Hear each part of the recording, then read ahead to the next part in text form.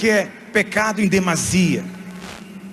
Quão ruim é preciso ser para se perder a esperança em alguém? Quando é que é demasiadamente tarde para alguém cair em si e se voltar para Deus? Às vezes você ouvindo histórias de pessoas que são tão perversas, tão cruéis, você até fica se achando um pouco melhor, talvez até bem melhor, bonzinho. Mas eu quero contar para você a história de um homem que foi ainda pior, cometeu coisas piores. Diz assim a palavra de Deus, 2 Crônicas 33. Tinha Manassés 12 anos de idade quando começou a reinar, e 55 anos reinou em Jerusalém. Fez o que era mal perante o Senhor, segundo as abominações dos gentios, que o Senhor expulsara de suas possessões, de diante dos filhos de Israel. Pois tornou a edificar os altos que Ezequias, seu pai, havia derribado. Levantou altares aos Baalins, e fez postes ídolos, e se prostrou diante de todo o exército dos céus, e os serviu. Edificou altares na casa do Senhor, da qual o Senhor tinha dito: em Jerusalém porei o meu nome para sempre. Também edificou altares a todo o exército dos céus, nos 2 átrios da casa do Senhor. Queimou os seus próprios filhos como oferta ao deus Moloque, no vale de Inom. Adivinhava pelas nuvens, era agoureiro, praticava feitiçaria, tratava com necromantes e feiticeiros, e prosseguiu em fazer o que era mal perante o Senhor, para o provocar a ira. Também pôs a imagem de escultura do ídolo que tinha feito na casa de Deus, de que Deus dissera a Davi e a Salomão seu filho: nesta casa em Jerusalém, que escolhi de todas as tribos de Israel, porei o meu nome para sempre. E não removerei mais o pé de Israel da terra que destinei a seus pais, contanto que tenham cuidado de fazer tudo o que lhes tenho mandado, toda a lei, os estatutos e os juízos dados por intermédio de Moisés. Manassés fez errar a Judá e os moradores de Jerusalém, de maneira que fizeram pior do que as nações que o Senhor tinha destruído de diante dos filhos de Israel.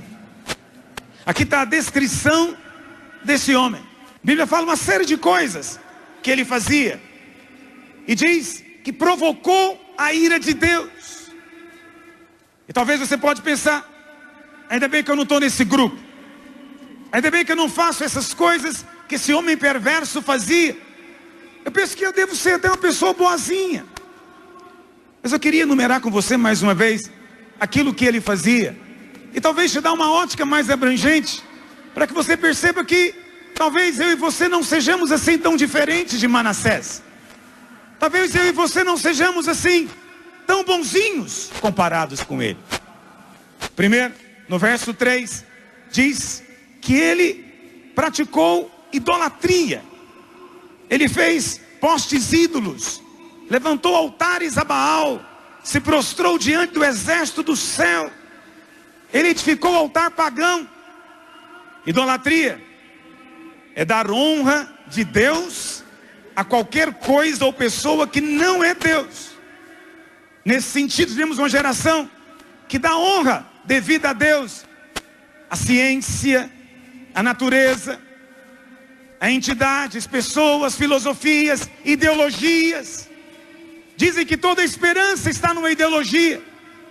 Estão idolatrando, estão dando uma honra para algo que só pode ser dada a Deus. Idolatria é ocupar o lugar de Deus na sua vida com qualquer outra coisa que não seja Deus. Quantos de nós confiamos mais no dinheiro? Fizemos do dinheiro o nosso Deus. Alguns fizeram da carreira, seus bens, propriedades, projetos pessoais, o seu Deus. Idolatria é direcionar preces e adoração a qualquer coisa que não seja Deus. Quantos têm adorado imagens, conversado com mortos, acendido velas para as almas? Quantos têm esperado em líderes, até líderes religiosos, porque acreditam que eles é que vão fazer o milagre na sua vida? Tudo isso é idolatria. Manassés praticou a idolatria, mas a idolatria às vezes não está tão distante de nós. Segunda coisa, no verso 3 também, diz que ele praticou astrologia. Diz que ele adorou o exército dos céus e serviu a ele. Astrologia, meu querido, é atribuir aos astros poder de influenciar a sua vida, influenciar o seu caráter, influenciar o seu destino. A Bíblia diz que isso é pecado. Horóscopo, mapa astral, tudo isso Manassés fazia. Isso há 2.700 anos atrás. Foi considerado o homem mais perverso. Mas não está muito distante da gente. Basta você abrir o jornal do dia, você vai encontrar um horóscopo para você ler. Quantos têm consultado os astros em favor dos homens? Quantos acreditam piamente que a vida dele é manipulada por poderes de planetas, Sol, Lua? Terceira coisa, Manassés praticou também o sincretismo. No verso 4 diz que ele edificou altares na casa do Senhor, no templo de Deus, que Davi havia preparado a planta, Salomão havia construído, o templo que havia sido cheio da glória de Deus. Manassés resolveu colocar lá dentro imagens de outros deuses. Aí você fala, não, isso eu nunca fiz. Será que não?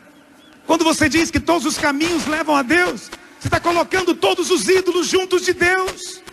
Quando você tem um pensamento pluralista, não é? Politicamente correto, você está simplesmente colocando ídolos junto de Deus, dizendo que o nosso Deus, que o Deus vivo, Jesus de Nazaré, é apenas um ídolo, como todos os outros.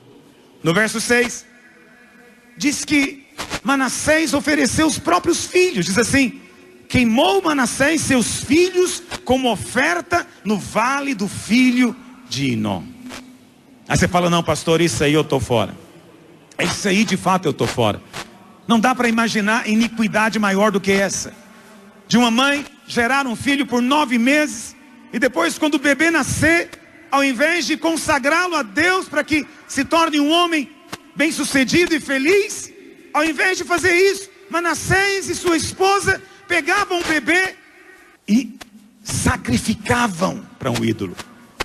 Havia um deus chamado Moloque, e a sua estátua havia uma fornalha no espaço onde seria o seu estômago, e havia duas mãos colocadas para frente. Era um deus vermelho, sua mão era vermelha. Então aqueles que queriam oferecer vinham e colocavam o bebê em cima daquelas mãos. Aquelas mãos se levantavam e o bebê escorregava e caía na fornalha ardente. Não dá para imaginar alguém pior do que esse. Não dá para pensar em alguém mais cruel do que esse. Aquela madrasta que matou o menino fica parecendo que é santinha perto desse cidadão, porque ele não fez isso só com um filho. O texto diz que ele fez com seus filhos, no plural. Fez com muitos, teve muitos filhos. Mas hoje em dia, nessa geração, não estamos necessariamente matando os nossos filhos. Mas quando você dá para o Deus do dinheiro mais tempo do que dá para o seu filho, será que não faz a mesma coisa? Quantos de nós não praticamos o aborto? Também não estamos sacrificando o bebê nas mãos de um ídolo? Quantos de nós permitimos que os nossos filhos se tornem viciados como nós? Compartilhamos com ele nosso próprio vício. Quantos abandonam os filhos? Abandonar o filho não é o mesmo que colocar na mão de Moloque. Manassés fazia tudo isso. Será que não matamos o filho quando lhe somos totalmente indiferentes? E nos preocupamos mais conosco mesmo do que com eles? Talvez não sejamos assim tão melhores do que Manassés. No verso 6 também diz que ele tinha envolvimento com demônios. Diz que ele adivinhava pelas nuvens, era agoureiro, praticava feitiçaria, consultava necromantes e feiticeiros. Manassés olhava para as nuvens e pelo movimento delas, ele supunha poder predizer o futuro. Ele se envolvia com demônios. Toda forma de adoração que não é adoração a Deus é uma forma de culto a demônios. Manassés era agoureiro, rogava praga, amaldiçoava, acreditava em mal olhado, desejava o mal para o próximo. Ah, pastor, mas eu não faço isso, eu não pratico feitiçaria como ele.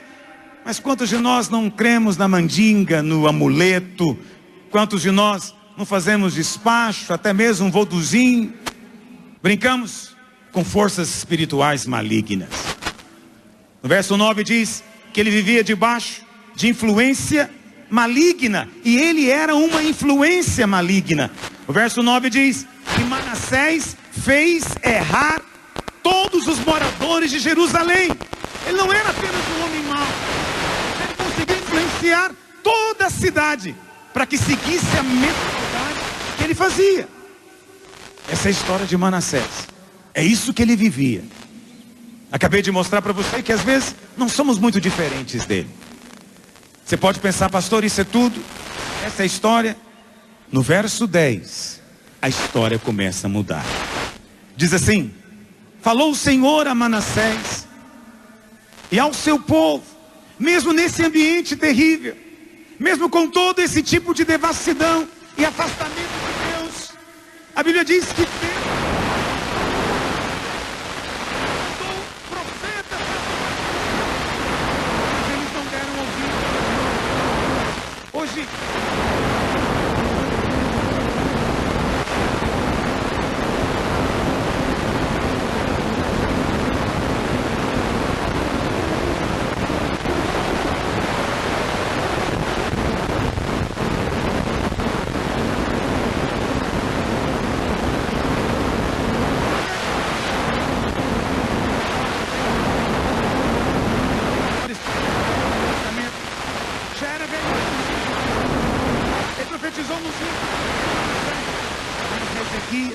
mas Manassés não gostava de ouvir a sua pregação, não tolerava a sua pregação, e diz a tradição que ele mandou serrar Isaías ao meio. Eu não quero ouvir, eu não quero saber, eu não tolero ouvir essas coisas. Isso não deve fazer mais parte da vida social, porque esses só falam de coisas ruins. Vamos falar de coisas boas, talvez ele dissesse. E mandou serrar ao meio o profeta. Quando viu que não tinha um profeta que pudesse falar, verso 11: pelo que o Senhor trouxe sobre eles os príncipes do exército do rei da Síria, os quais prenderam Manassés com ganchos, amarraram-no em cadeias e o levaram à Babilônia. Deus não vai desistir de você. Deus não vai desistir de você. Eu não sei qual tem sido a sua história até hoje. Talvez a sua história foi parecida, talvez mais moderna, mas semelhante à de Manassés. Deus mandou muitos falarem com você. Você já ouviu muitos advertindo você, mas você não deu ouvido. E talvez você hoje está como Manassés ficou. Deus permitiu que o inimigo viesse, prendesse ele com ganchos. Isso é uma tremenda crueldade, mas os assírios tinham o costume de levar os prisioneiros com um gancho enfiado no queixo. Eles enfiavam um gancho, puxavam com a corda e iam puxando a pessoa pelo queixo. Mas não satisfeitos só com isso, também colocavam cadeias pesadas e depois os prendiam. Ela foi levada agora debaixo de cadeias. Eu não sei como você está hoje. Pode ser que haja cadeias prendendo você, pode ser que haja cadeias de droga, cadeias de vício, cadeias de pornografia, obscenidade. Pode ser que haja cadeias terríveis prendendo a sua mente, seu coração. Você não tem sossego para dormir, você não tem paz para viver, sua vida tornou-se uma angústia completa e você não entende por que isso aconteceu. É porque o estilo de vida de Manassés vai resultar nisso: medo, angústia, insatisfação, perseguição, ausência de paz, ausência de felicidade, talvez o pânico, o medo do enlouquecimento, a sensação de que chegou no fundo do poço e não tem mais saída. Assim estava Manassés naquele dia. Mas é aí que a sua história pode mudar. E é aí que a sua história pode mudar hoje, se você fizer o que Manassés fez. Manassés, esse homem tão perverso, que se vivesse hoje, alguns diriam, não tem mais jeito. Esse é o tipo de pessoa para quem não há mais esperança. É terrível demais. Talvez já falaram isso de você. Talvez já disseram também de você que não tem mais jeito. Já perderam esperança em você. Já disseram que tentaram tudo com você. E já disseram que não tem jeito. Você, como Manassés, ninguém acreditava que ele mudaria. Ninguém acreditava que alguém que imolou os próprios filhos mudaria. Ninguém acreditava que alguém tão perverso pudesse ser diferente. Mas a história começou a mudar. Com o que aconteceu? Qual foi o caminho da mudança? Primeiro, verso 12. Olha o que aconteceu. Enquanto ele estava ali amarrado, em cadeias, com um gancho no queixo. Verso 12. Ele, angustiado, suplicou deveras ao Senhor seu Deus. E muito se humilhou perante o Deus de seus pais. Fez-lhe oração. E Deus se tornou favorável para com ele. Atendeu-lhe a súplica e o fez voltar para Jerusalém e deu de volta para ele o seu reino. Então reconheceu Manassés que o Senhor era Deus. Não precisou de uma coisa grandiosa, não. Lá no meio da cadeia, no meio da opressão, o que Manassés fez? O que ele precisou fazer? Talvez você está perguntando hoje: será que tem jeito para mim? Será que eu não sou como Manassés? Será que eu já não errei demais? Será que eu já cheguei num ponto sem retorno? Será que a minha história chegou num ponto que não tem mais jeito? Que a situação não pode mudar? Eu estou aqui para dizer para você as boas novas do Senhor. Se no meio dessa cadeia você fizer o que Manassés fez, a sua história vai mudar. 17 anos atrás, exatamente, eu fui convidado para ir num presídio aqui em Goiânia. Preguei na ala dos homens. Depois me convidaram para ir para a ala das mulheres. Quando eu estava ali pregando, percebi uma mulher no canto, sozinha, isolada, alta, bem mais alta do que eu, negra, com um semblante muito sério, até austero. E naquele dia, eu falei da graça e do amor de Deus. E eu disse: eu não sei o que você fez. E eu falei isso no presídio. Eu não sei o que você fez, mas eu sei o que Deus fez por você. Eu não sei qual foi o crime que você cometeu, tão grande que foi, mas eu sei que o amor de Deus é maior ainda por você. Eu disse: não tem crime maior do que o sangue de Jesus. Não tem pecado tão grande que a cruz de Cristo não possa perdoar. No final fiz um apelo. Muitas mulheres vieram à frente, mas aquela mulher ficou do lado. Quando acabei de orar, a pessoa que me convidou falou: pastor, por favor, ore com essa mulher separadamente, porque ela não pode misturar-se com as outras presas, porque as outras não a aceitam. E eu falei: por quê? Por que disso? E ela disse: pastor, você não conhece essa mulher? Lá pelos anos 87, 88, ela era uma feiticeira muito famosa em Guapó. E ela praticava um ritual satânico, onde ela sacrificava crianças de 7 anos de idade. E junto com outro grupo, elas partiam o peito da criança e arrancavam o coração ainda batendo, e comiam o coração no ritual. Eles foram presos, julgados no ginásio de esporte, e ela foi condenada a estar aqui na cadeia.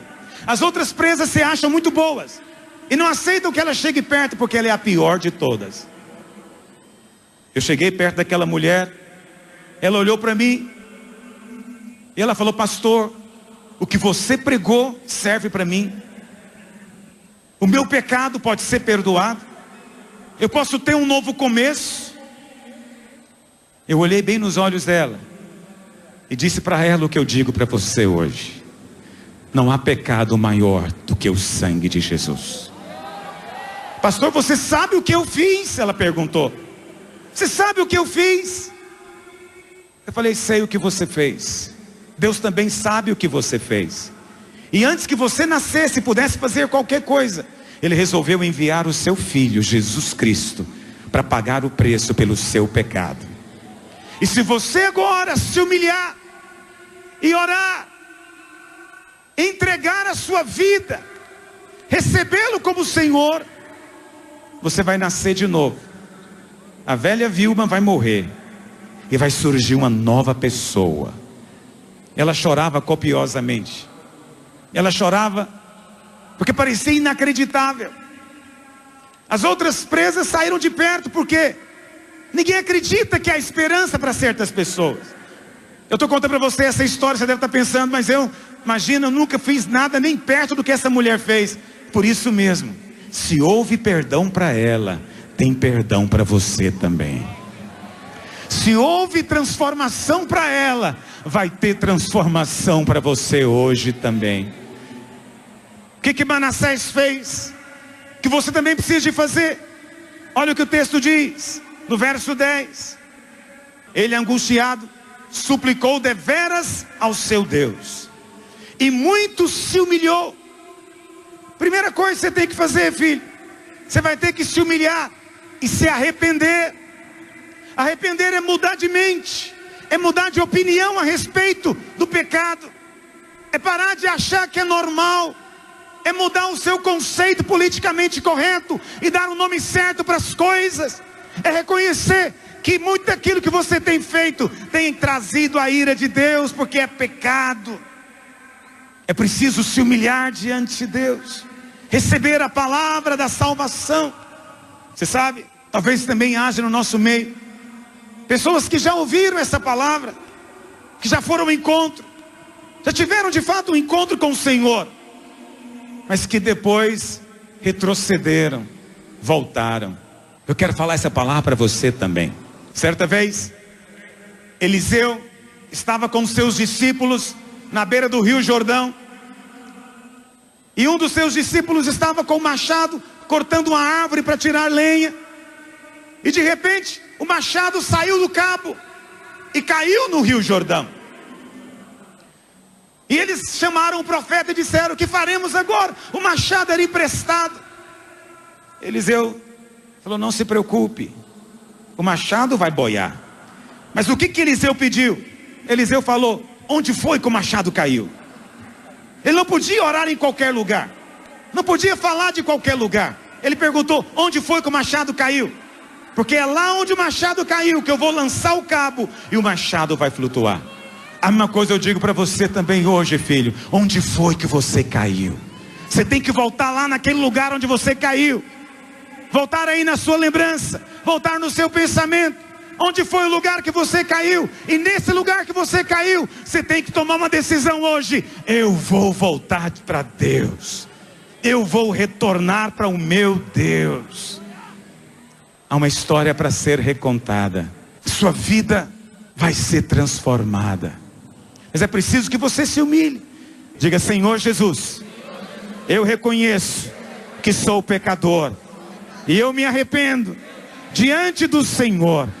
Diga: Senhor Jesus, eu reconheço que o Senhor é Deus, que se fez homem e veio habitar entre nós, e viveu sem pecado, e morreu na cruz para me libertar, e ressuscitou para me dar vida.